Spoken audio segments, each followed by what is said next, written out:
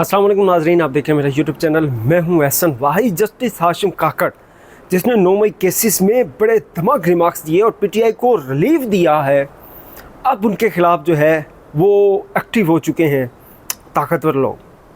किस तरह से हुए हैं और आज जो 9 मई केसेस थे सुप्रीम कोर्ट ऑफ पाकिस्तान में लगे थे, उससे क्या आगे होने जा रहा है, इसकी सारी तफसीलात आपके सामने रखूँगा। फिर आज पीटीआई पार्लियामेंटेरियन का जो बैरिस्टर गौहर थे, मोहम्मद अली जो थे, और साथ ही दूसरे उमैर नियाज़ी, जुनैद अकबर ख़ान, वो सब आज जो है उन्होंने एहतजाज किया।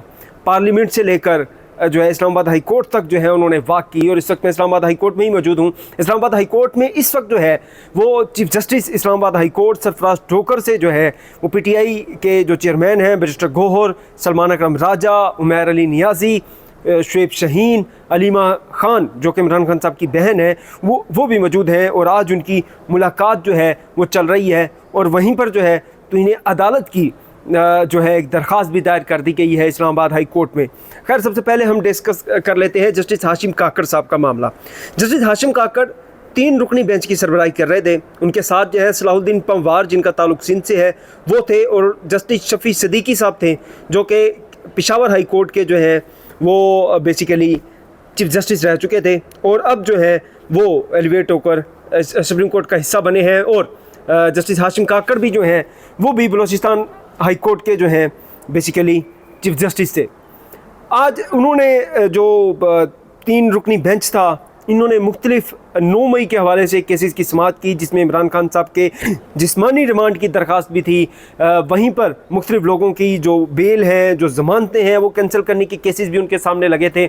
और फिर वहीं पर उमर सरफराज टीमा साहब, उनके भी जिस्मानी रिमांड का केस उनके सामने लगा, और उसके सामने उन्होंने जो है इजाज़त नहीं दी जिस्मानी रिमांड की दोबारा की। और उन्होंने हुकूमत को कहा है कि अगर आपने और पंजाब हुकूमत ने वो अपील की थी, उन्होंने कहा था कि अगर आपको अब दोबारा से जिस्मानी रिमांड चाहिए, पहली बात तो ये है कि जैसे हाशिम काकड़ ने कहा कि अब 1.5 साल बाद मेरे पास आए हैं, तो मैं तो आपको जो है वो जिस्मानी रिमांड नहीं दूँगा। हाँ, अगर आपको ज़्यादा भी है तो ठीक है, आप ट्रायल कोर्ट के पास जाएँ। अगर ट्रायल कोर्ट आपको जो है वो जिस्मानी रिमांड दे देता है, लेकिन वहाँ पर भी उन्होंने कहा कि उसकी मुखालफत करने का हक़ रखते हैं पीटीआई के लोग। ये रिलीफ दिया, वहीं पर उन्होंने रिमार्क्स भी बड़े अहम दिए थे। अच्छा, उमर सरफराज चीमा के लिहाज से उन्होंने कहा, और फिर वहीं पर चंद जो पंजाब हुकूमत के वकील हैं, जुल्फ़कार साहब स्पेशल प्रोसिक्यूटर हैं, उन्होंने अदालत को कहा जी हमारे साथ इमरान खान साहब को जिस्मानी रिमांड इस वजह से चाहिए कि वो हमारे साथ जो है वो ताउन नहीं कर रहे। तो वहाँ पर भी जैसे हाशिम काकड़ साहब ने कहा कि भाई किस तरह से ताउन करें, वो आपके सामने जो है वो 22 माह से जेल में है, आपके पास कैद है, और वहाँ पर भी आपको मजीद जिस्मानी रिमांड क्या चाहिए? भाई जो भी तफ्तीश करनी है आप जाके कर लें। वो कहते हैं जी नहीं, हमारे साथ ताउन नहीं कर रहे। उनका किस तरह से, एक मुलजिम है, आपके पास कैद है, जेल में है, वो किस तरह से आप कह सकते हैं कि वो आपके साथ जो है वो ताउन नहीं कर रहा?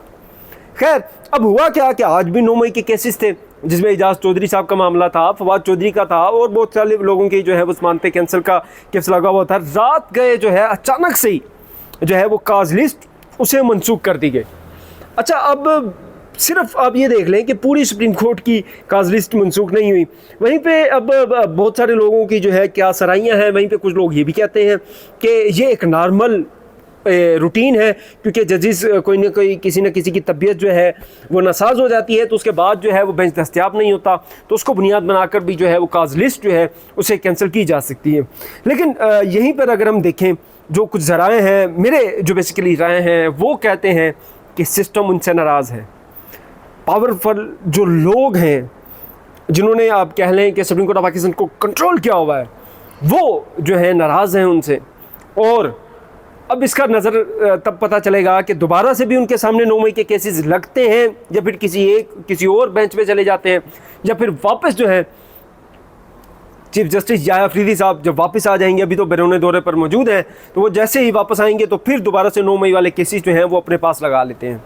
अभी ये देखना बाकी है, लेकिन मैं जो आपके साथ खबर कर रहा हूँ, अपने कन्फर्म जो ज़राए हैं उनसे आपको खबर दे रहा हूँ कि सिस्टम उनसे नाराज़ है, हुकूमत उनसे नाराज़ है।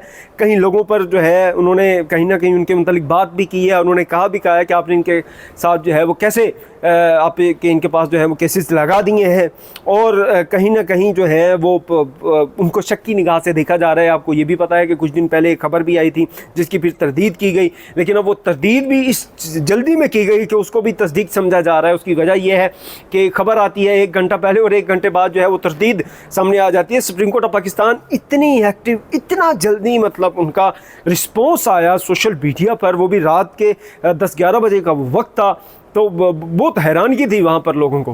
खैर वहीं पर जो है उसी बेंच में सिंध के ही जो खबर सोशल मीडिया पर मंजर आम पर आई थी कि सिंध के जो जज हैं जो कि इस्लामाबाद में अभी अभी आए हैं, उनका जो चैम्बर है उन पर जो है वो आलात लगाए गए हैं जासूसी के।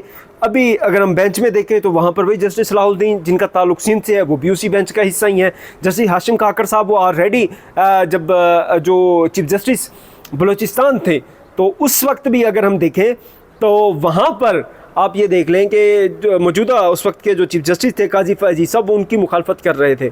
अच्छा, जो सुप्रीम जुडिशल कौंसिल है जहाँ पर जजिस की शिकायत आती हैं, अब वहाँ पर भी जो है जस्टिस हाशिम काकर साहब का जो झुकाव था वो जस्टिस मुनीब अख्तर और जस्टिस मंसूर अली शाह की तरफ था।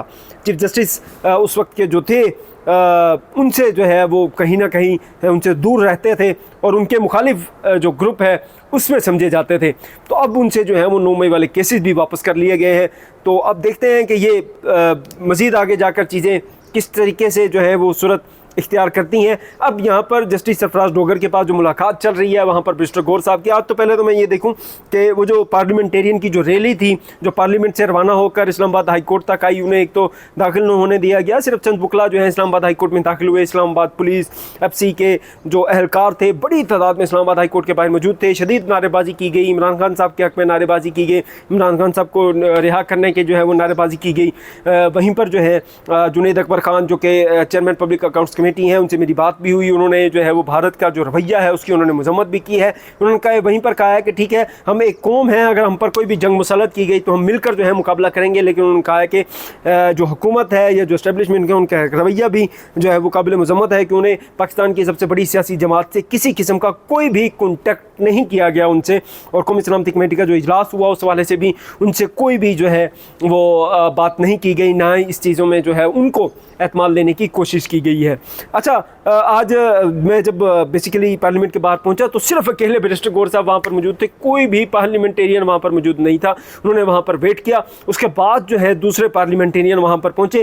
खैर जब इस्लामाबाद हाई कोर्ट पहुँचे तो ज़्यादा जो मुजाहिरीन थे या जो पार्लियामेंटेरियन थे उनको बैरिस्टर गौर साहब ने कहा कि ठीक है आप KPK हाउस में जाएँ, वहाँ पर यूम तसीस का जो केक है उसे आप काटें। और फिर जो है बैरिस्टर गौर साहब, शुएब शाहीन साहब, साथ ही उनके जो हैं अली मोहम्मद खान, वो बैरिस्टर उमैर नियाज़ी, सलमान अकमल राजा और अलीमा खान की जो है इस वक्त जो सरफराज डोगर साहब हैं जो कि लाहौर हाई कोर्ट से जो है वो तबादला करके इस्लामाबाद हाई कोर्ट में मुसल्लत किए गए आप कह लें, और उनकी सीनियरिटी का मामला भी, उनके तबादले का केस भी जो है वो इस वक्त सुप्रीम कोर्ट ऑफ पाकिस्तान में चल रहा है।